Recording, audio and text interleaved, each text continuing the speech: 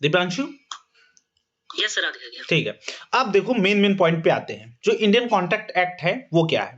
Indian contract act 1872 governs law related to the contract in India. ठीक है, पहला। दूसरा क्या है कि इसको पास कौन किया था? ब्रिटिश इंडिया की थी। ठीक है, ये 2000 जो 370 जब से अबॉलिश हुआ, वो क्या होगा, पूरे जम्मू कश्मीर में क्या होगा, ये अब लागू होगा। The act is applicable to whole of India including Jammu and Kashmir. ठीक है, उसके बाद आते हैं, ये जो एक्ट है वो 1 सितंबर 1872 से जो है इन्फोर्स हो गया था। अब बिल जो इंट्रोड्यूस हुआ था, बिल जो लाया गया था, वो लाया गया था अप्रैल में। ठीक है, अप्रैल में लाया गया था। और ये जो एक्ट बना था वो कब बना था? 1 सितंबर 1872 को क्या हो गया था? एक्ट बन गया था। ठीक है, अब आते हैं कि क्या क्या इसमें जो चीजें होती हैं। एक कॉन्ट्रैक्ट बनने में कुछ पड़ाव होते हैं। पहला आता है प्रपोजल, जिसको बोला जाता है हिंदी में प्रस्तावना। ठीक है, इसमें कुछ जो टर्म्स हैं वो आपको समझने की बात है। पहला, one person signifies to another his willingness मतलब होता है इच्छा। टू डू मतलब होता है कुछ करने का। टू अब्सटेन फ्रॉम डूइंग मतलब कुछ ना करने का। With a view to obtaining the assent मतलब होता है कि मंजूरी of that person to such act और abstinence he is said to make a proposal.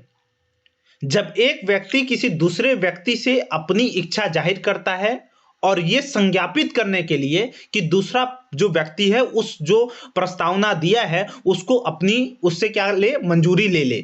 ठीक है, उसको क्या बोला जाएगा? उसको प्रस्तावना बोला जाएगा। अगर इंग्लिश में इसी टर्म को पढ़ें तो when a one person signifies to another his willingness to do और abstain for doing anything with a view to obtaining the assent of the others to such act or abstain he is said to make a proposal। ठीक है, तो प्रस्तावना क्या है? प्रस्तावना 2A section 2A में define है। इसका मतलब होता है प्रस्तावना। ठीक है, कभी कभी सीधा दे देगा, आपको क्या करेगा, 4-5 डिफिनेशन दे देगा और बोलेगा कौन सा डिफिनेशन सही है। ठीक है, तो ये बहुत इंपॉर्टेंट है। ठीक है, ये बहुत जो है इंपॉर्टेंट है। ठीक है, अब आते हैं थोड़े से दूसरे पहलू पे आते हैं, जो बात करेंगे कि अब हो गया प्रस्तावना, क्योंकि पहला पड़ाव क्या है? प्रपोजल हो गया। पहला पड़ाव क्या हो गया? प्रपोजल हो गया। अब दूसरा बनता है एक्सेप्टेंस। अब एक्सेप्टेंस क्या होता है इसको समझिएगा। एक्सेप्टेंस टू बी में डिफाइन है। ठीक है, एक्सेप्टेंस जो है वो 2B में डिफाइन है। इसका मतलब क्या होता है कि अगर आपको प्रस्तावना दिया हुआ है और जब तक आप उसको मंजूरी नहीं देंगे तब तक वो जो है उसके आपके आगे का कॉन्ट्रैक्ट का जो रास्ता है वो तैयार नहीं होगा। ठीक है, तो अब आगे देखिए क्या है, when the person to whom, जिसको, अब देखिए एक एग्जांपल है, इसको आप लोग समझिएगा कि अगर ए जो है वो बी को ऑफर दे रहा है तो बी ही एक्सेप्ट करेगा, सी नहीं। यही बात को ये क्या करता है, बात करता है when the person to whom, जिसके लिए प्रपोजल दिया जा रहा है, is made signifies his assent thereto the proposal is said to be acceptance। जिसको दिया जा रहा है प्रपोजल वही मंजूरी, वही जो है एक्सेप्ट करेगा, वही जो है अपनी सहमति देगा। ये नहीं कि वो प्रपोजल किसी और के लिए है और एक्सेप्ट कोई और कर रहा है। ठीक है, a proposal when accepted become a promise. जब प्रपोजल एक्सेप्ट होता है तो बन जाता है क्या? प्रॉमिस। अब समझना ये चीज को, प्रॉमिसर और प्रॉमिसी को समझ लेते हैं। जो पर्सन ये बाई चांस ए जो है वो बी को ऑफर दे रहा है, ए जो है वो बी को ऑफर दे रहा है, तो जो ए होगा वो क्या हो जाएगा? प्रॉमिसर।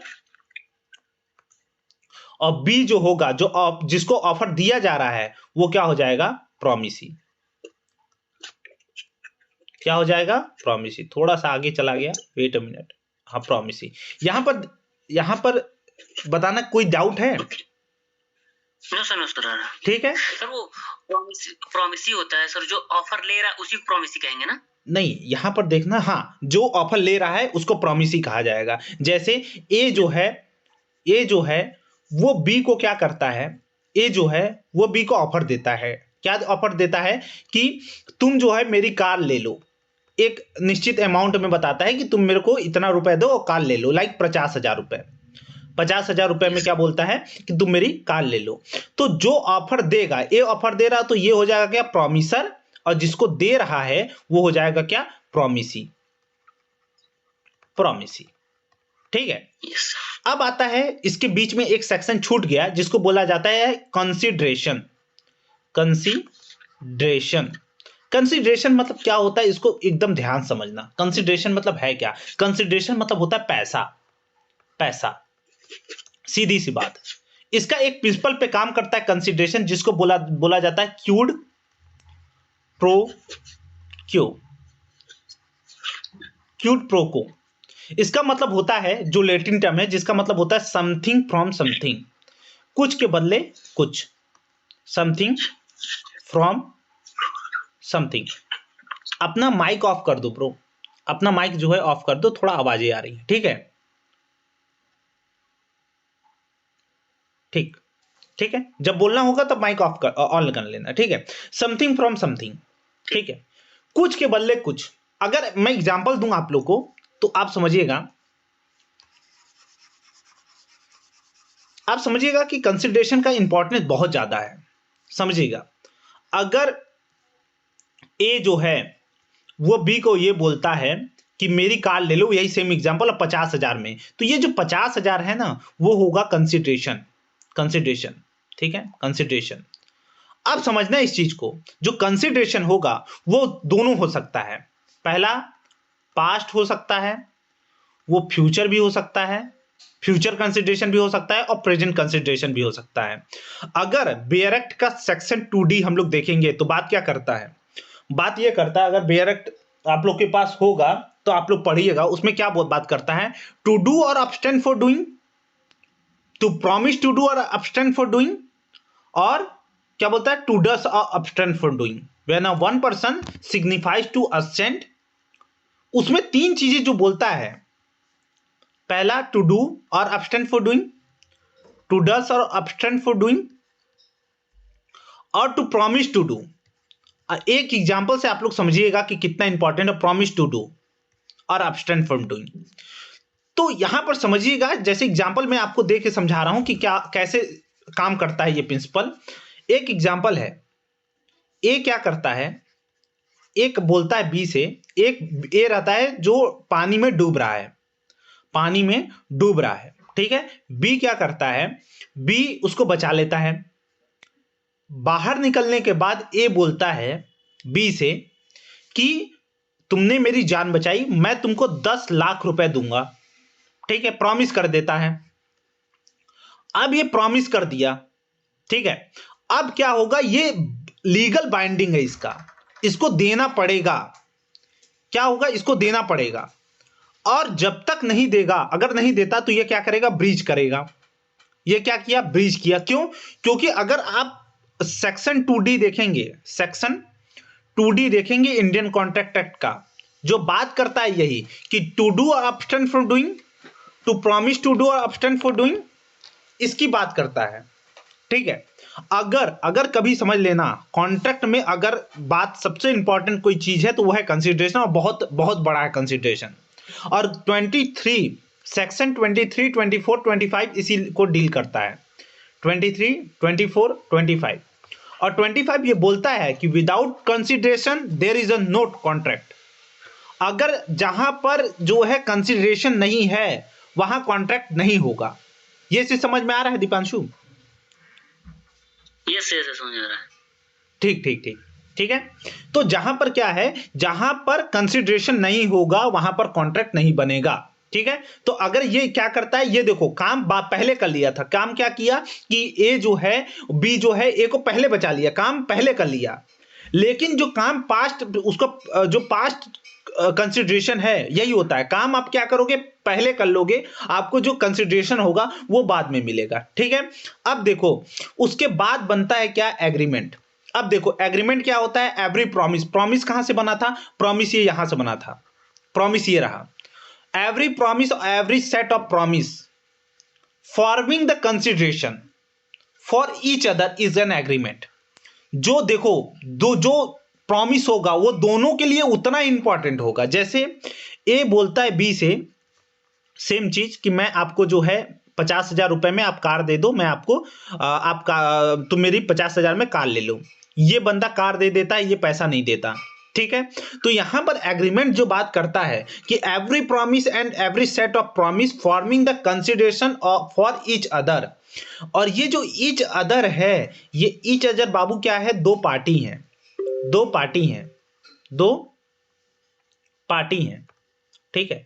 दो पार्टी हैं जो बात क्या करती हैं, वो बात यही करती हैं कि जो संबंध है, जो एग्रीमेंट है, वो दोनों के लिए उतना ही इंपॉर्टेंट है और जितने ऑब्लिगेशंस हैं वो दोनों के लिए एकदम समान है, ठीक है। जो आप वादा किए हो वो दोनों लोग निभाओगे, ठीक है। अगर आप सिंपल भाषा में बोलो तो एग्रीमेंट किससे लेके बनता है? ऑफर प्लस एक्सेप्टेंस प्लस क्या है? कंसिडरेशन। और इसके बाद बनता है क्या? ये जो एग्रीमेंट है वो सेक्शन 2E में डिफाइन है, ठीक है। उसके बाद देखना, उसके बाद बनता है क्या? कॉन्ट्रैक्ट बनता है। थोड़ा सा हम लोग व्हाइट को अभी छोड़ दे रहे हैं, व्हाइट को छोड़ दे रहे हैं, कॉन्ट्रैक्ट पे आते हैं। कॉन्ट्रैक्ट क्या बोलता है? An agreement enforceable bye the law. An agreement enforceable bye the law. Agreement क्या होता है? प्रॉमिस और the set of promise forming the consideration for each other is an agreement, ठीक है। जो एग्रीमेंट होता है वो क्या होता है? वो प्रॉमिस। प्रॉमिस क्या है? प्रॉमिस एक्सेप्टेंस से आया। एक्सेप्टेंस कैसे होगा? प्रपोजल से होगा, ठीक है। तो यहां बहुत इंपॉर्टेंट है, आप लोग भूलिएगा मत, ये बहुत इंपॉर्टेंट होता है, ठीक है। तो यहां जो मेन चीजें हैं, मेन चीजें उसको आप लोग समझते रहिएगा। हाँ बोलिए सर। जैसे इन्फोर्सेबल बाय लॉ, इसको थोड़ा हिंदी में थोड़ा समझा दीजिए। इन्फोर्सेबल बाय मतलब ये होता है जो विधि के नजर में, जो विधि के द्वारा परिवर्तनीय हो। परिवर्तनीय मतलब क्या है कि एग्जाम्पल समझिएगा, एक चीज से आप लोग एकदम अच्छे से समझ जाएंगे। एक एग्जाम्पल है दीपांशु, एक काम समझो कि जैसे मैं बोल रहा हूं ए एक साइकिल लाया, बेच रहा है, और वो साइकिल चोरी की है, अब बी को दे दिया, बी को दे दिया चोरी की साइकिल। अब क्या हुआ कि बी इससे पैसे भी ले लिया। ए जो है एक साइकिल बेचा जो चोरी की थी और इसको मालूम है बी को कि वो चोरी की साइकिल है, ठीक है। तो ए बोला कि ये साइकिल आप 50 रुपए में ले लो, ठीक है। ये 50 रुपए में क्या हुआ? दे दिया। अब बाद में पुलिस आई और पुलिस जो है इसको पकड़ ली, बोले नहीं भैया हमने तो कॉन्ट्रैक्ट किया था, प्रपोजल भी था, एक्सेप्टेंस भी था, सब था, लेकिन जो एग्रीमेंट था, एग्रीमेंट वो क्या था? इन्फोर्सिबल नहीं था। एग्रीमेंट तो बन जाएगा, एग्रीमेंट तो बन गया था, लेकिन क्या था? ये इन्फोर्सिबल नहीं था। इन्फोर्सिबल क्यों नहीं था? आप समझना इस चीज को, इन्फोर्सिबल क्यों नहीं था? क्यों? क्योंकि ये चोरी की बाइक थी, चोरी की साइकिल था, बी को नॉलेज था। अगर समझो, ये बहुत इंपॉर्टेंट होता है कि जो एग्रीमेंट है, जहां तक एग्रीमेंट, तभी एक प्रिंसिपल काम करता है दीपांशु, कि every agreement is an not contract but every contract is an agreement. यहां पर दो चीजें आती हैं, अभी मैं आगे बताऊंगा आपको कि इन्फोर्सिबल बाय द लॉ मतलब ये होता है, सिंपल से शब्दों में ये मतलब जो विधि के नजर में परिवर्तनीय हो।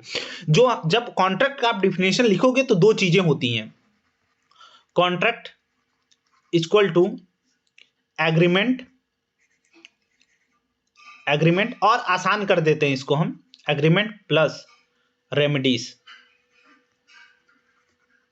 अगर आपको रेमेडी नहीं मिल रही है ना, अगर आपको रेमेडी नहीं मिल रही है तब लॉ का कोई मतलब नहीं है, तब लॉ का कोई मतलब नहीं है जब तक आपको रेमेडी नहीं मिल रही है।